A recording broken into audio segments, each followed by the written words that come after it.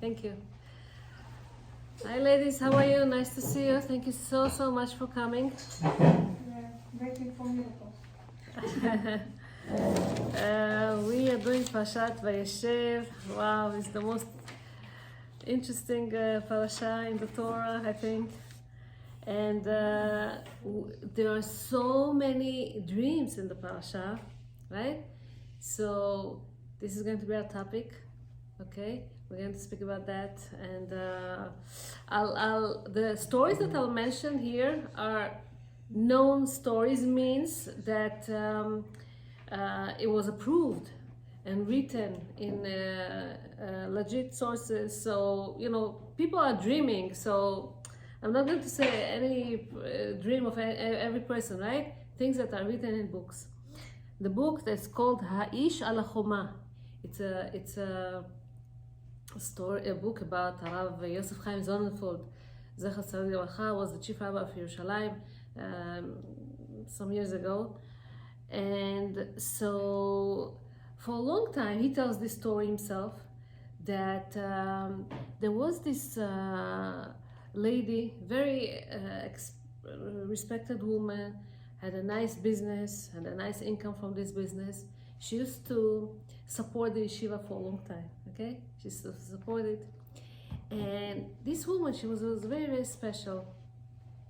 She asked the rabbis and of the yeshiva that she's going to donate them special sum of money, okay, every month to read a Kaddish for lonely people that no one reads Kaddish for them.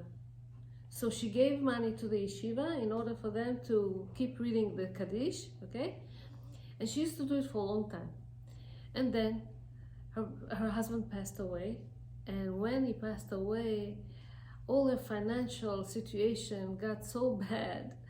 She wasn't able to keep up with the business. She wasn't able to do, for her own needs, she needed money. Plus she had to marry off her 2 daughters. She didn't know what to do. So for a while she couldn't pay the yeshiva for that. However, she asked them, please continue saying the Kaddish for these lonely people. And B'ezrat Hashem, once my situation will get better, I'll pay you for all this month that you're reading the Kaddishim and everything. And the yeshiva administrators understood, and they said, okay, fine, no problem. They continue reading the Kaddish. And once this lady left the yeshiva, after she asked them to continue reading the Kaddishim, she met somebody in the street, an old man, looked very respected man, very impressive looking man, long beard, very okay. And he approached her and he asked her, how is she doing and how is everything? He sees that she's a bit concerned. She said, yeah, I'm just worried, my daughters, I need to marry them off, financially I have some difficulties now, and I'm just hoping that everything will get better. And he told her, you need to marry off your daughters, how much money you need for that? She said, she gave an amount, I don't know, $100,000, something like that, let's say. The guy told her, you know something, I have this money now, I'll write you a check, and I'll sign this check. And she was shocked. Oh, this is a strange man. He doesn't know her. Why would he give her such a big amount of money? She didn't say anything. She wanted to see what happens here. He told her, ask for 2 boys from the yeshiva to come. I want them to be a witness for me signing for you the check. She said, okay. She went, she called, they came, they saw. He signed the check. He told her, tomorrow go and redeem this a check from this local bank over, around the corner. And okay. Next morning, early in the morning, she went to the bank and she wanted to redeem the check. She came to the clerk, she showed him, and he told her, wait a second. He went to the manager inside. He told him, there's this lady here that wants to redeem this check. And there's a signature. I wanted to check out the signature. The manager of the bank saw the signature. He passed out on the spot.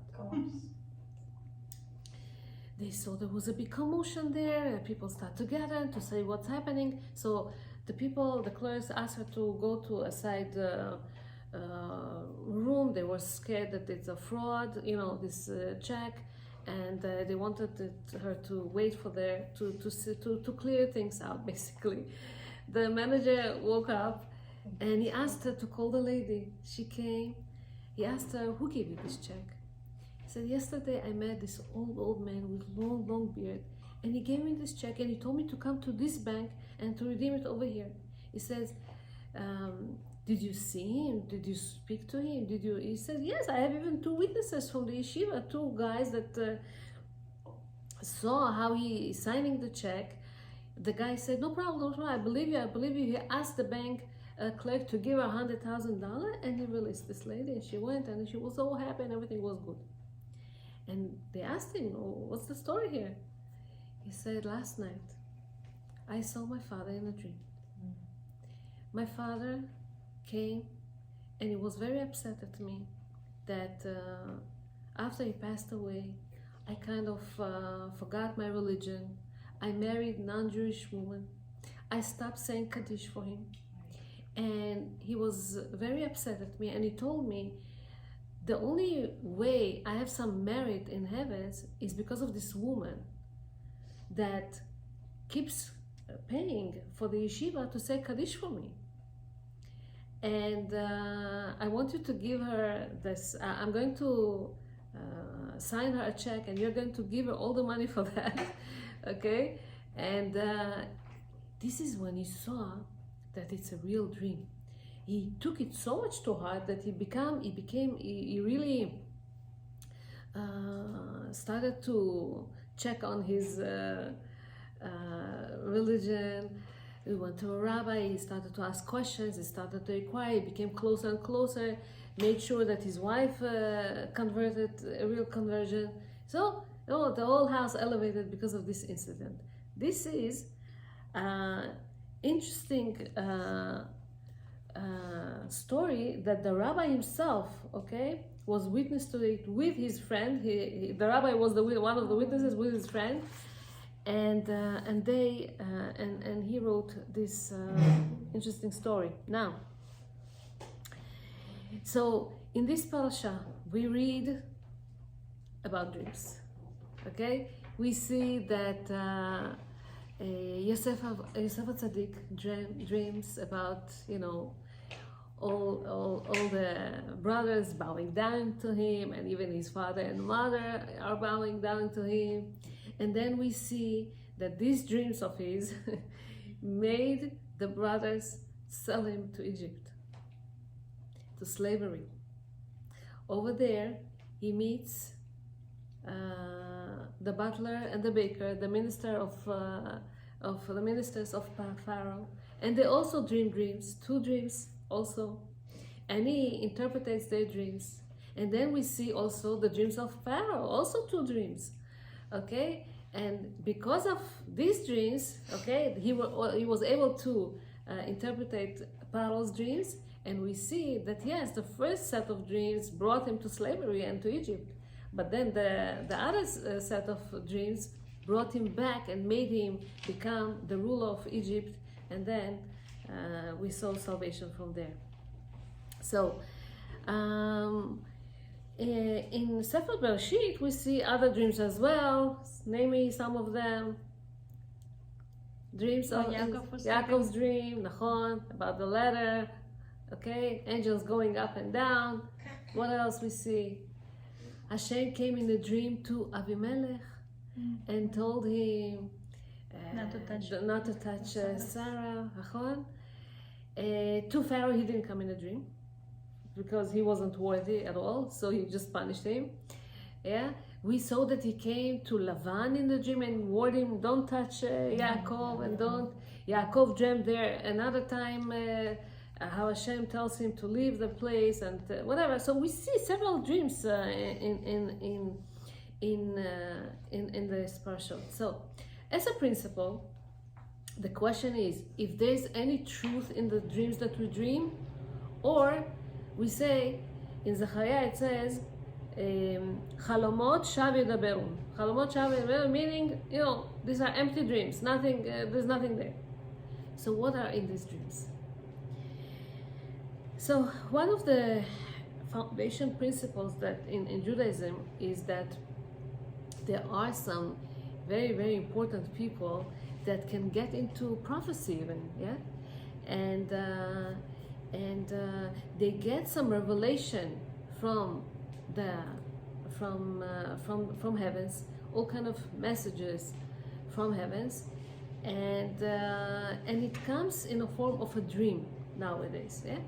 Now, years ago, very, very righteous people who have dreamt those dreams could dream true dreams and it would come true, because today most dreams are not that significant, are not that important, and usually are meaningless basically, because we're not these great people like people. But I'll give you some examples. Here an example that happened some time ago, not a long time ago, maybe 5 years ago. So Moshe, it's not a real name, is a boy that lived in an Arab village, not loving Israel. And once he dreamt a dream, an old person came to him in a dream and told him, "You're Jewish. Your mother is Jewish. This is not your place. You have to get out of here." He came to his mom and he told her that.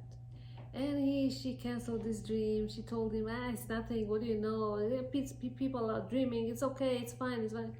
And then he dreamt it again and again and again. This old person comes to him and he tells him, "You're Jewish and this is not your place. You have to get out of here." His mother didn't want to listen. Yeah, it wasn't easy for her. And one time she admitted that she's Jewish. She's married to this Arab guy. And it's not pleasant life over there. And she suffers a lot. But she doesn't have the strength to pick up herself and to run away from this place and to start anew in a different place. She just doesn't have the energy. She's scared to do it.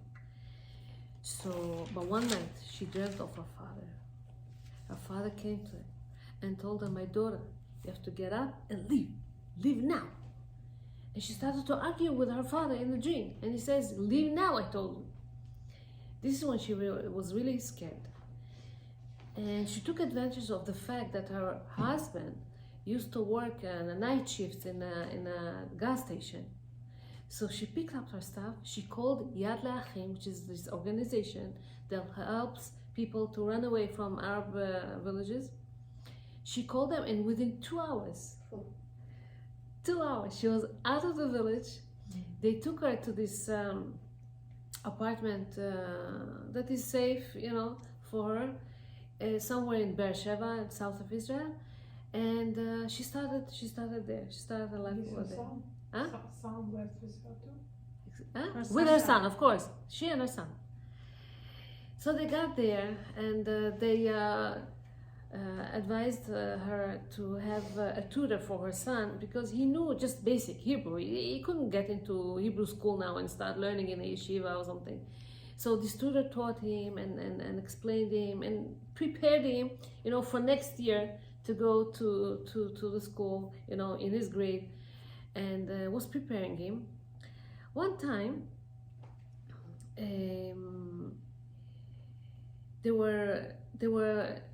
they left for some errands in Beersheba. They were in Netivot. They went to Netivot, and then this boy is riding in a car, and he saw a picture of this rabbi. And he started crying. He says, "Ima, this is the guy, this is the rabbi, this is the old man that comes into my dream all the time, that came into my dream." The mother looked at him and she said, "Oh my gosh, this is a Baba Sali." And the Baba Sali was a great man. So he wanted so much to visit Baba Sali. She says, no, he passed away already some time ago. He's not alive. And they didn't know that he was buried in Netivot. They already left the town. But once they found to know that he's buried in Netivot, they said to themselves, "Okay, one day we're going to come back and go to his cavern and pray over there." And then it was time to prepare for his bar mitzvah. So he heard his mother talks to the people from Yad Le'achim. They want to prepare a bar mitzvah celebration, and he begged and he asked his mom, if you want to do bar mitzvah for me, please, I want to do it only in the synagogue of the Baba Sali in Netivot. This is where I want to do it. Okay, so they try, and then he goes with his tutor to this place for the bar mitzvah. So the people of Yad L'Achim arranged him to go to the house of the Baba Sali. His wife was living at that time. I don't know, Simi, his wife, Rabbanit Simi, and to get into his private room where he prays there, where he accepts people over there. He didn't really have the exact address, just the name of the street, Rachel Ben Gurion. As they go by the street, he tells to the tutor, here, it's over here, stop here. The tutor asks him, how do you know? He says, I know, it's over here. He wanted to start asking people, where was the Baba Sali living? People told him, it's here, this is the house.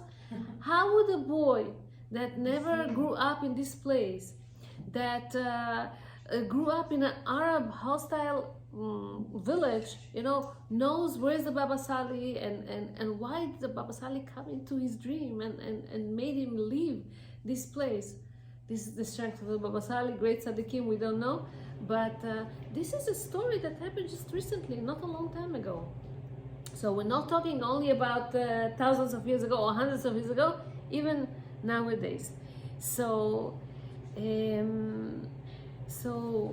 what do we have to know about dreams? So even though things like that can happen, rabbis say that most of the dreams are not true today.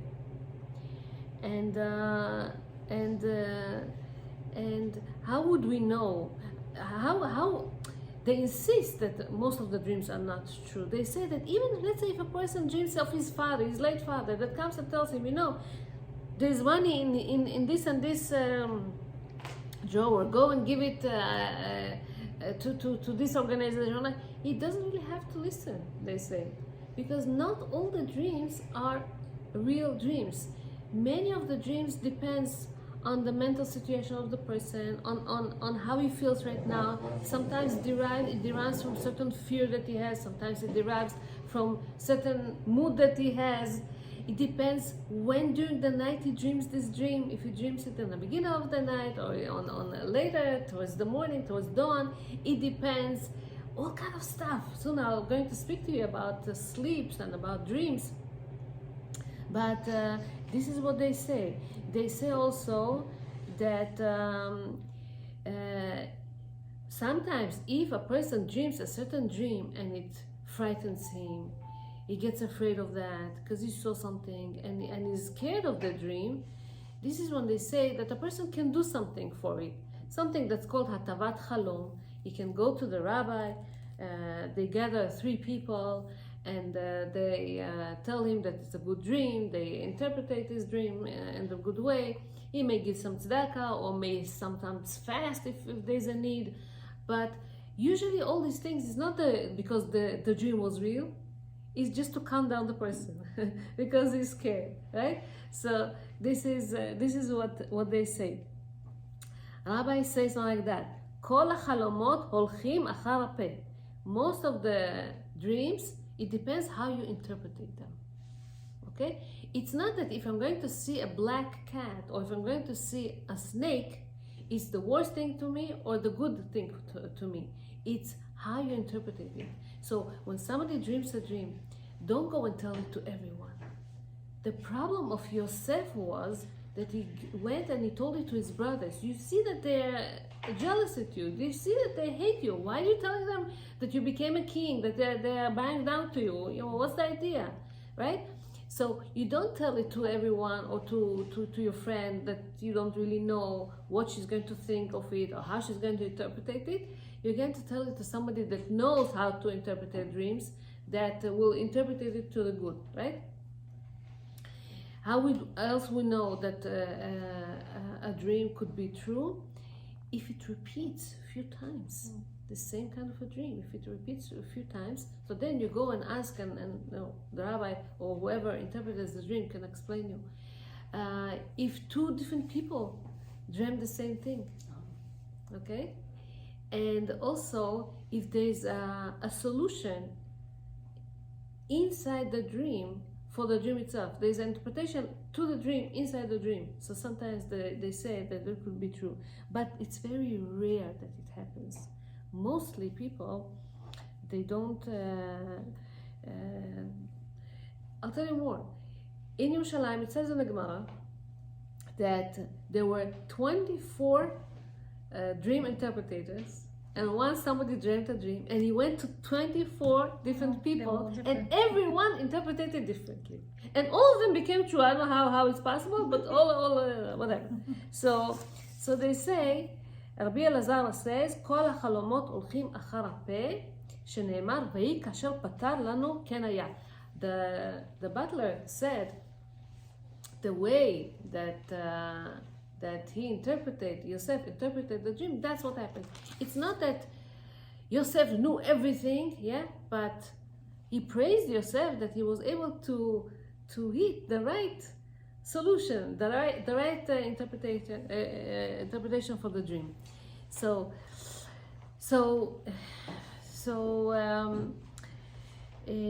Of course, there are some dreams that are express the person's yearning for something. He wants something very much. He desires something very much. So sometimes you dream a dream because of that. You want to go to Israel. You want to found something, some kind of a foundation. You want to, so sometimes people dream all kinds of dreams.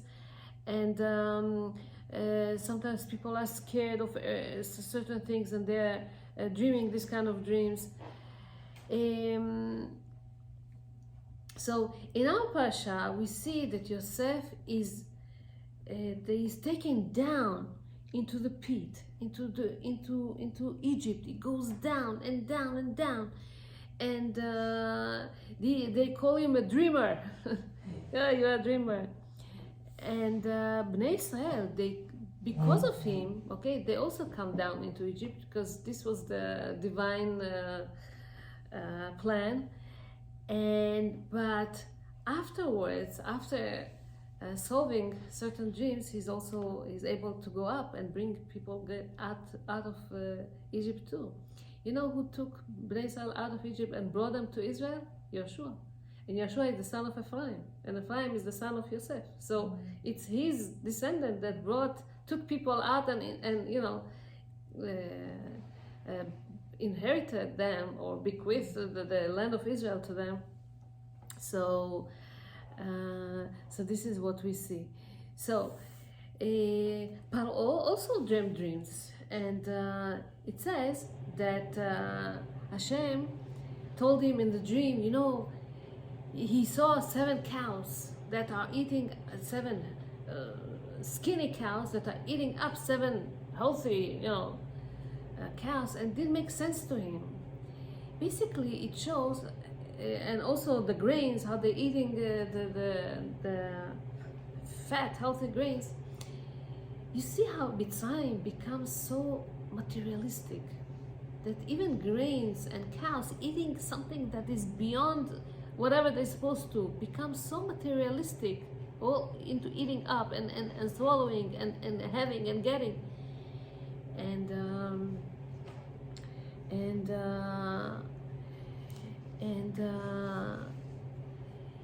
The dreams of the butler and the baker, they all happen in darkness, in the jail. Paro in Mitzrayim, in this filth place, contaminated place, this is where they dream their dreams. Yosef's dream was in the light. What is he dreaming? About the sun, about the moon, about the stars, okay? Nothing to compare to their dreams, okay? He dreams about the chefs, the bundles of grains that are rising up, that are going up, and everyone is bowing down to them. The sun, the moon. He dreams about pleasant and good things, positive things. They dream about not the best stuff over there.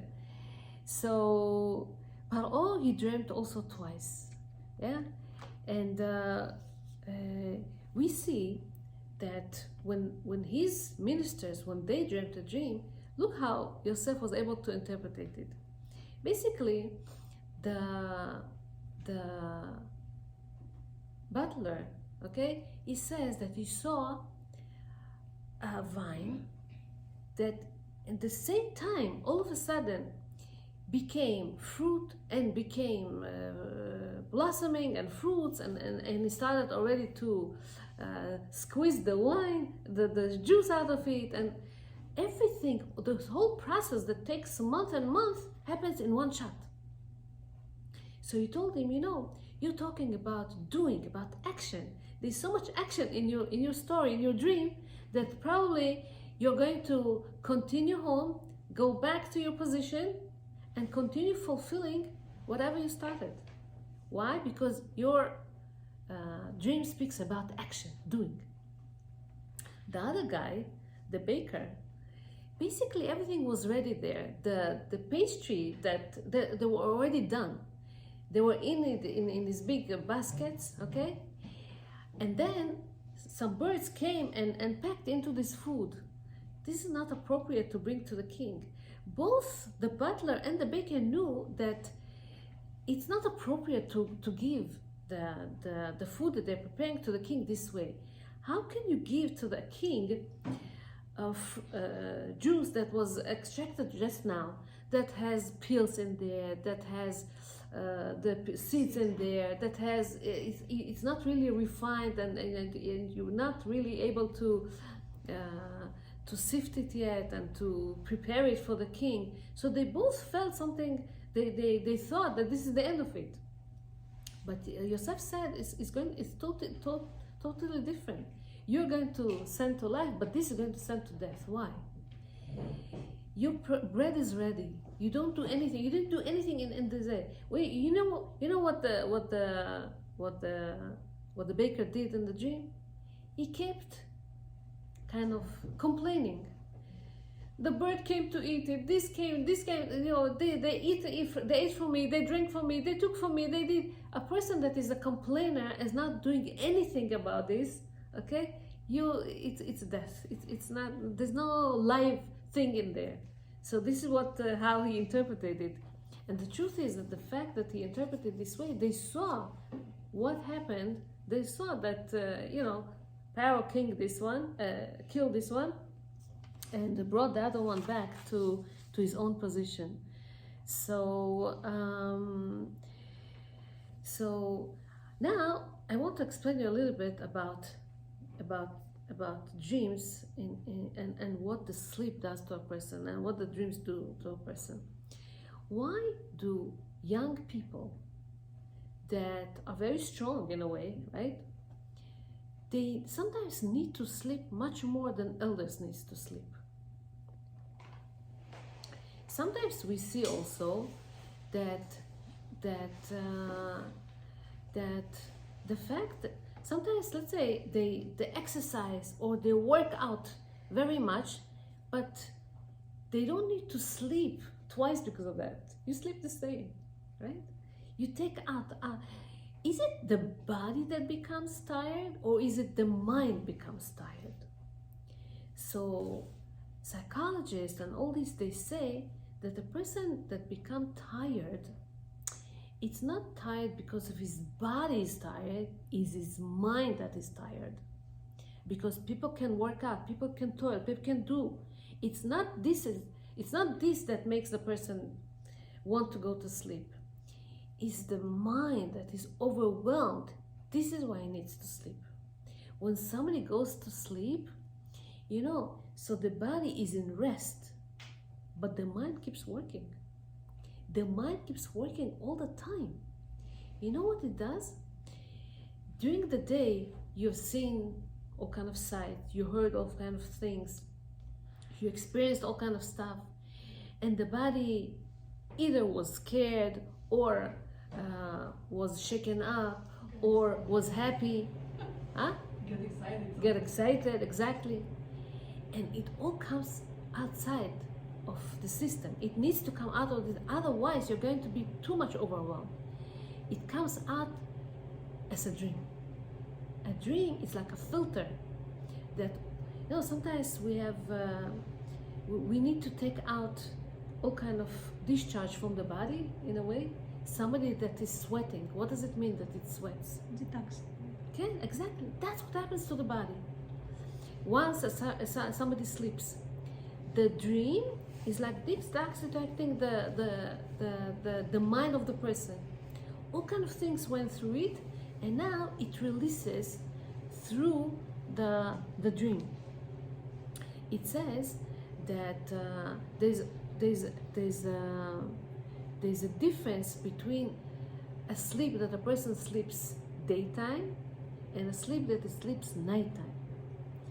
Daytime, for example, halachically, some people, so people don't have to pray, let's say, catch ma'alamita, or to wash their hands when they don't do it daytime. Nighttime they have to do it. Why nighttime they have to do it? Because nighttime, according to Judaism, the neshama works extra hours. What happens nighttime? We say, Be'atcha afkiduchi Hashem, I entrust my soul in you. Okay? Be'atcha afkiduchi, padita oti Hashem, kelemet, that's what we say. So basically the neshama is departing from the body and able to elevate, to go to heaven and experience their spirituality over there. Whatever it went through daytime, okay, whatever the person was daytime, he's able to get nighttime. For example, if God forbid a person did sins during the day, so he's not really able to get to purification and to be cleaned. He gets up in the morning, he's still exhausted, he's still tired, he's not really refreshed. But once he was able to do good things, okay, to do good deeds, his neshama is renewed over there, okay? And it comes back, when it comes back to him in the morning, he's refreshed, he has energy, he's able to do stuff, his mind is clear. Sometimes you go to sleep and you're so overwhelmed, you cannot really think clear.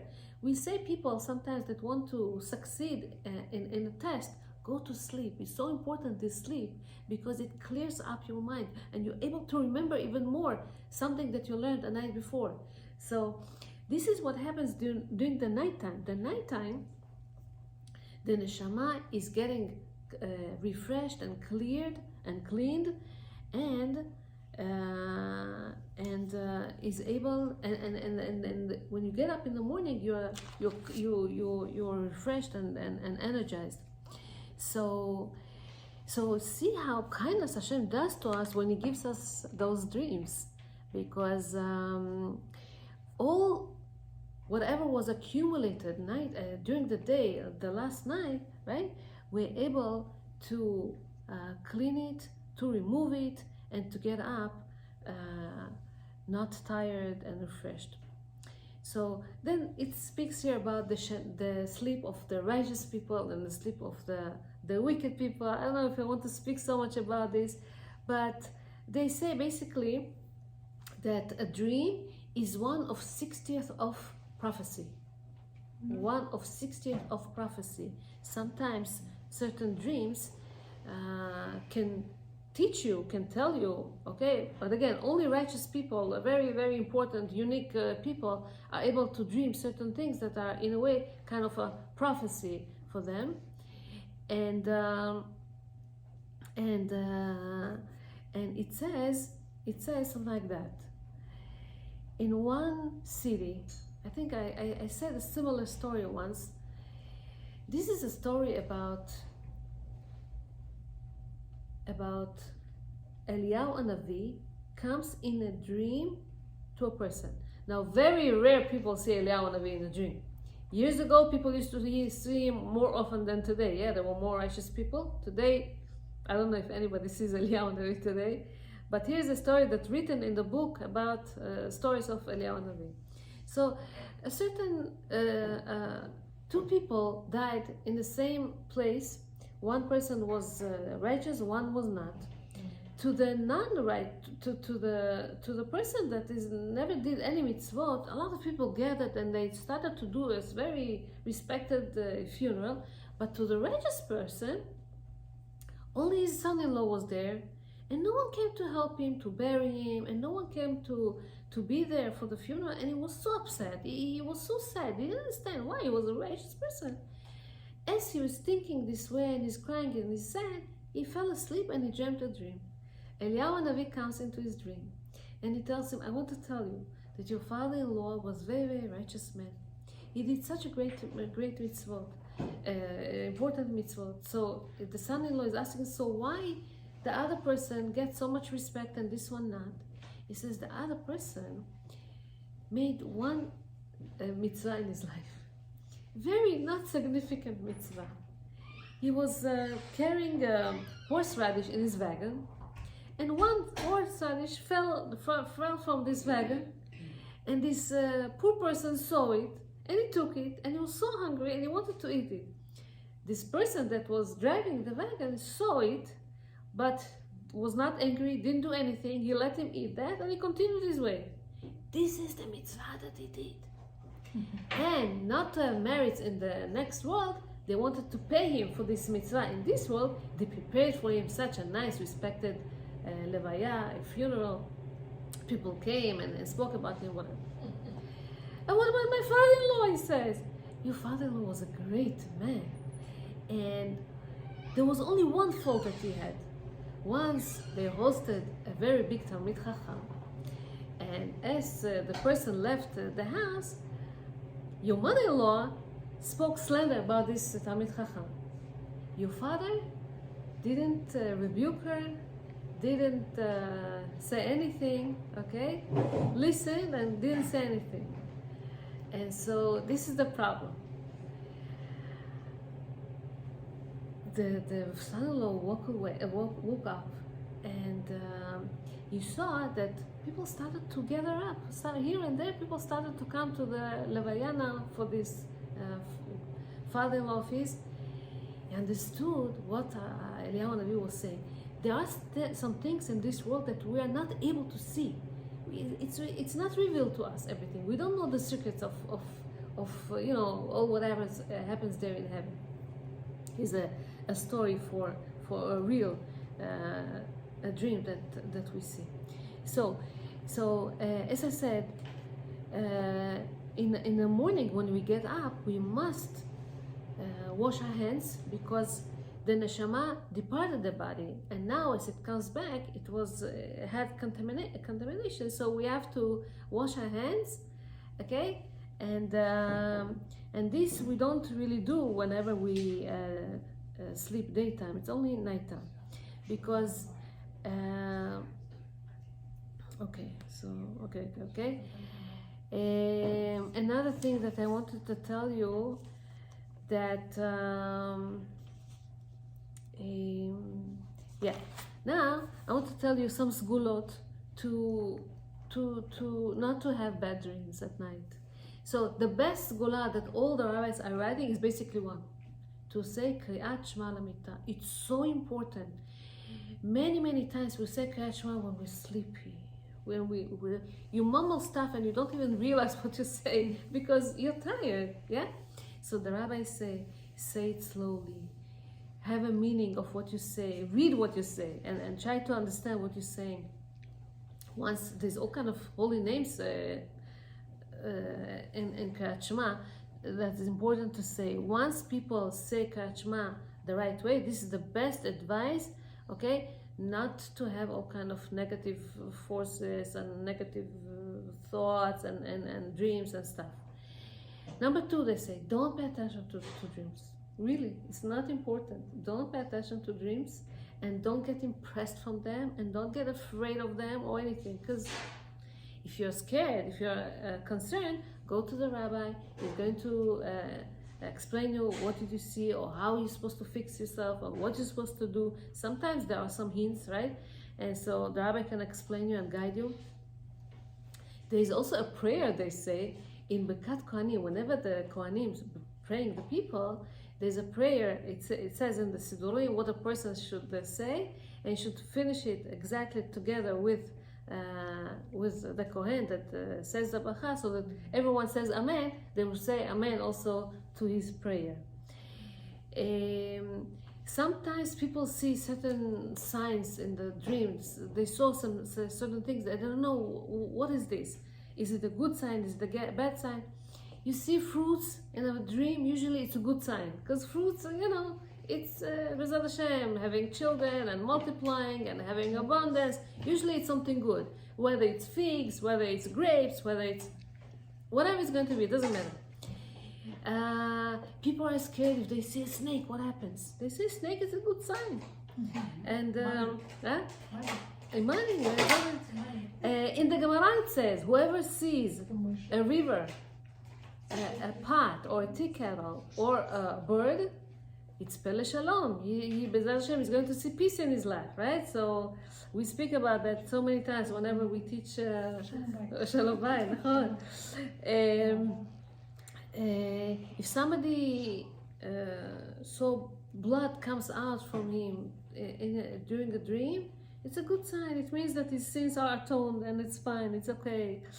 If somebody sees a dead person in the dream, so Yida ki shalom b'veito, is going to be peace in his house, not to be afraid, not to be worried.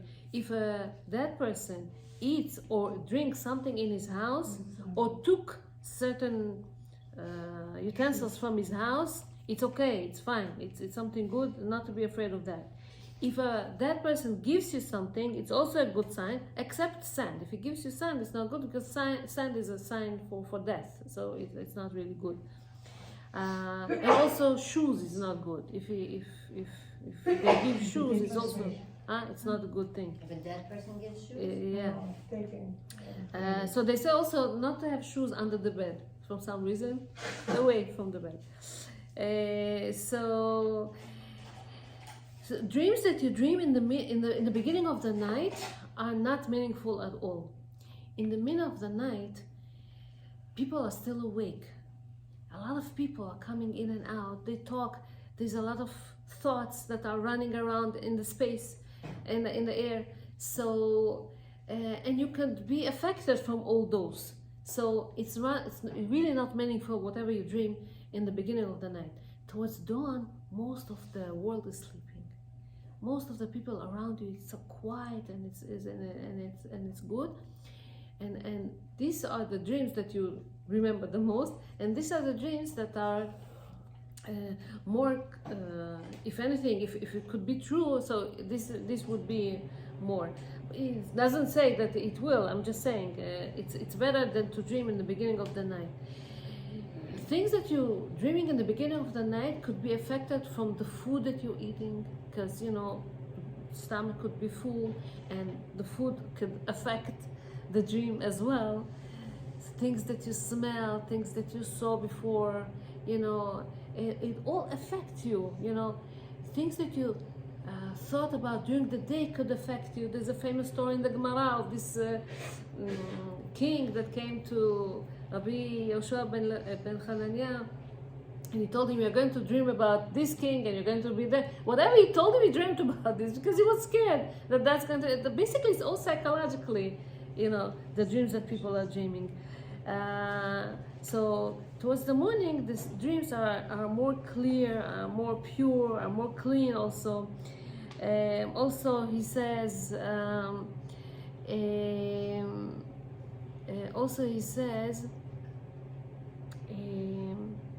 okay, now I read an article that wrote Harav Yitzchak Lasri, and he saw something like that. It's so beautiful.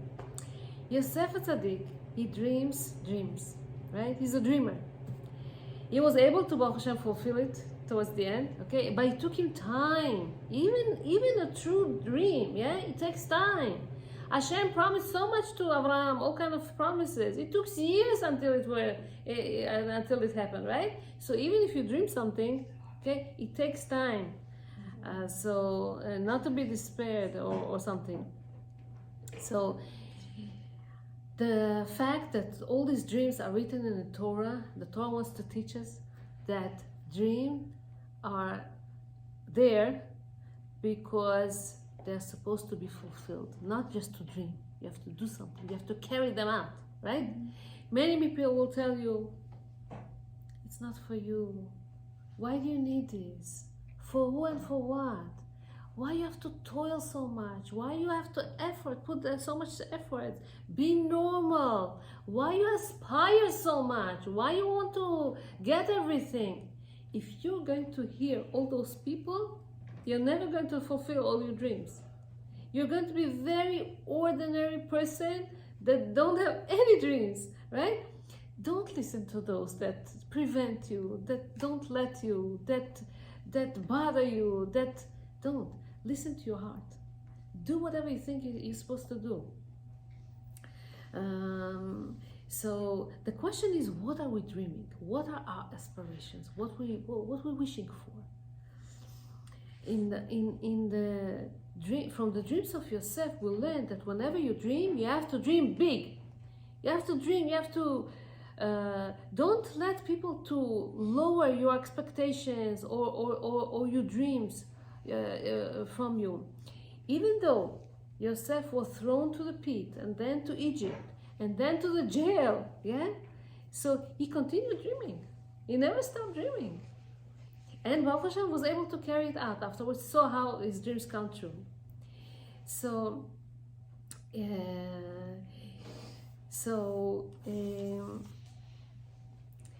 when Yosef tells his brothers, I dream that your bundles of wheat are bowing down to me, or on the sun and the moon and this and that.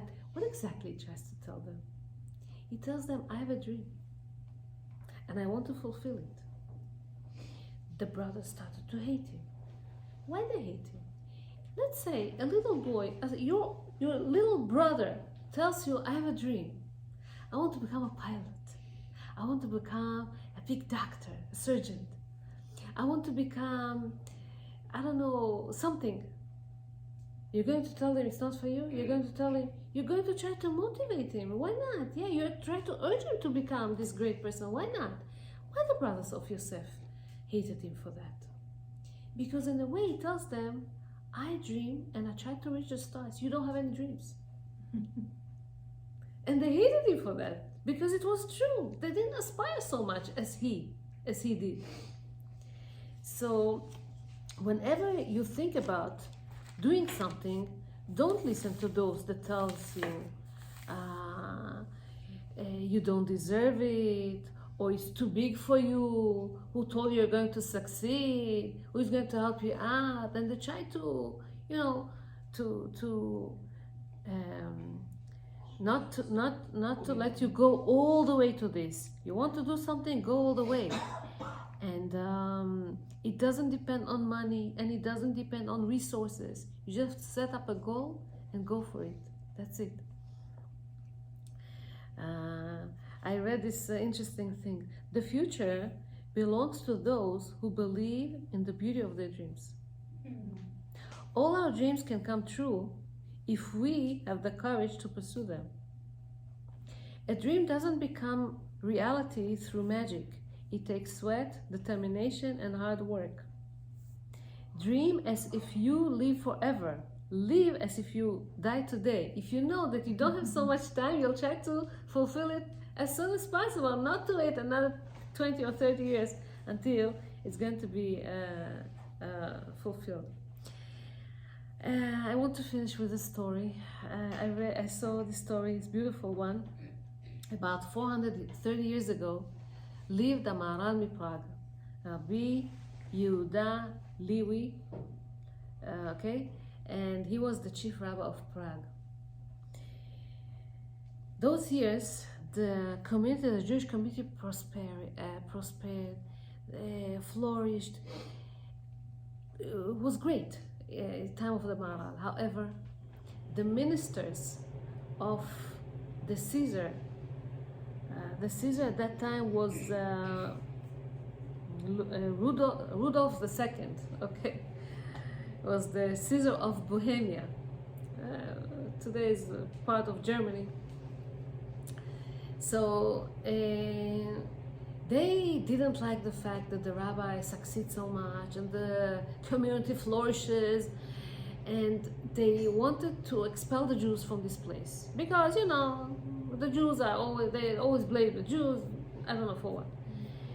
So they went, they spoke so much with the Caesar, he didn't want to listen to them. They went to his wife and convinced her to make the Caesar sign this decree to expel all the Jews from the place, from Bohemia. So she went to him, and how much she tries, he didn't want to listen to her.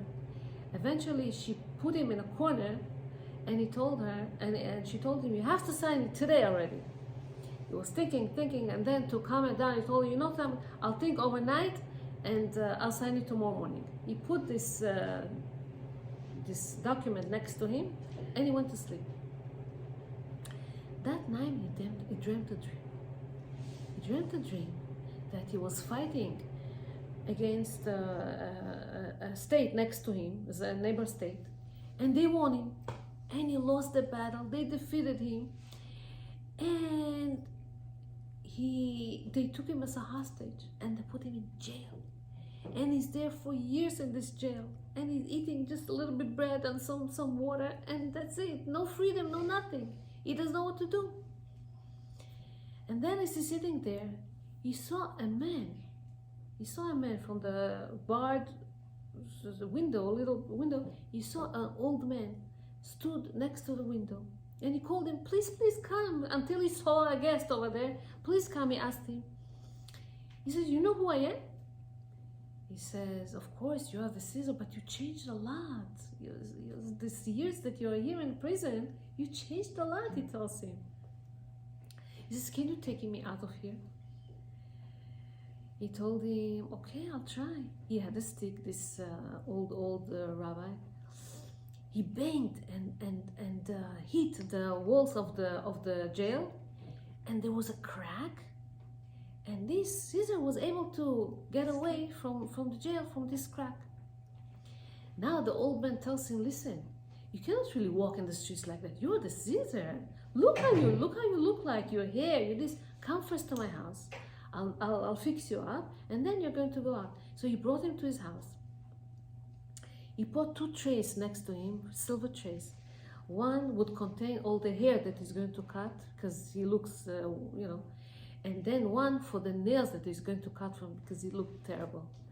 So he's mending, he's preparing. He asked for a tailor to come to sew him some, new suits and whatever. And he gave him to eat, and he gave him to drink, and he put him to sleep. And the Caesar tells him, I will be grateful to you forever and ever for all your service, what you did to me. And he woke up from this. And he saw 2 trays, silver trays. Okay, didn't have anything, but he saw 2 trays that weren't there. And he asked the chief rabbi, to come and to interpret his dream. The rabbi comes, and he saw, Rabbi, you didn't recognize me in the dream? The rabbi said, you changed so much. He's looking at him like, and he tells him, what is this dream that he saw? He said, dear Caesar, Hashem saved you, okay, through this rabbi in the dream, because you're saving Jews. Tell me, what was the last thing that you saw before you went to sleep? He said, I had this document. He said, it's a very negative document. What does this document tell? He says, I have to expel all the Jews from here. But now he says, now that I saw this dream, he tore this document to pieces. He said, I'm never going to expel the Jews from my country. I am never going to do any bad decree to them. And since then, they became very friendly and kept this friendship with the Maharal Mikvah. This is what dreams are doing. Yeah, I told you, very rare that dreams are true. Most dreams are not real today, but these are messages that Hashem is revealing to us through these great people. Let's hope that soon we're going to see this dream come true, that we're going to all be able to go to Yerushalayim, to see the redemption, to see the Mashiach. בקרוב, וכן ירצון אמר, אמן. Thank you so much. Okay.